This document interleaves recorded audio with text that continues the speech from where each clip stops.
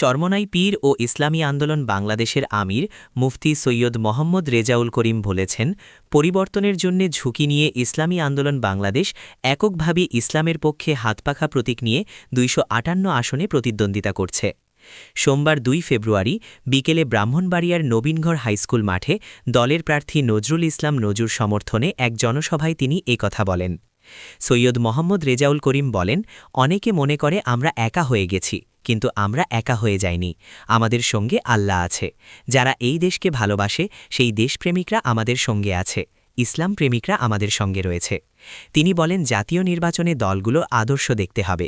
এখানে বিএনপি সহ তাদের জোট যে নীতি আদর্শ নিয়ে চলতে চায়, সেই নীতি আদর্শ অনুযায়ী বাংলাদেশ প্রায় ৫৪ বছর চলেছে।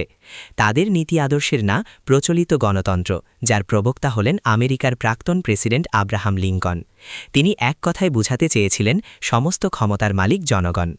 চরমনাই পীর আরও বলেন, জামায়াতের নেতৃত্বে ১১ দলীয় জোট।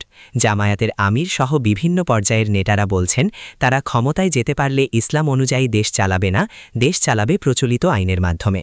যে প্রচলিত আইনের মাধ্যমে আমাদের দেশ ৫৩-৫৪ বছর চলছিল, আবার নতুনভাবে যদি ওই নীতি আদর্শের মাধ্যমে দেশ পরিচালিত হয়, তাহলে বাংলাদেশের মানুষ শান্তি বা মুক্তি পাবে, তা চিন্তাও করা যায় না। শরিয়া আইন বাস্তবায়নের সুস্পষ্ট অঙ্গীকার না থাকায় জামায়াত নেতৃত্বাধীন কোনো জোটে ইসলামী আন্দোলন বাংলাদেশ যায়নি।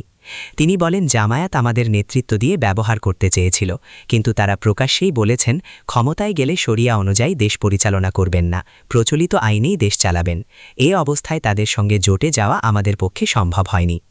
চরমনাই পীর বলেন, ইসলামী আন্দোলন বাংলাদেশ ক্ষমতায় গেলে দেশে দুর্নীতির কোনো স্থান থাকবে না। কৃষি, শিক্ষা, স্বাস্থ্যসহ সব খাতে উন্নয়ন নিশ্চিত করা হবে এবং কেউ বঞ্চিত হবে না। তিনি বলেন, ভালো নীতি, ভালো নেতা ও ভালো আদর্শ থাকলে খলিফা ওমর রাদিয়াল্লাহু আনহুর মতো ন্যায়ভিত্তিক শাসন ব্যবস্থা প্রতিষ্ঠা সম্ভব। তিনি দাবি করেন, বর্তমানে বিএনপি জোট বা জামায়াত জোট থেকে যারা নির্বাচন করছেন, তারা কেউ ইসলামকে রাষ্ট্রীয়ভাবে বাস্তবায়ন করতে চান না। একমাত্র ইসলামী আন্দোলন বাংলাদেশই ইসলামকে রাষ্ট্র ক্ষমতায় প্রতিষ্ঠা করতে চায়। নেতাকর্মীদের উদ্দেশ্যে তিনি বলেন, প্রার্থী বড় কথা নয়, মার্কা বড়। যারা আমাদের জনসমর্থনকে অবমূল্যায়ন করছেন, তাদের ভোটের মাধ্যমেই জবাব দিতে হবে। এজন্য আগামী ১২ ফেব্রুয়ারির নির্বাচনে হাতপাখা প্রতীকে ভোট দিয়ে ইসলামী শরিয়া আইন বাস্তবায়নে সহযোগিতা করার জন্য নবীনগরবাসীর প্রতি আহ্বান জানান তিনি।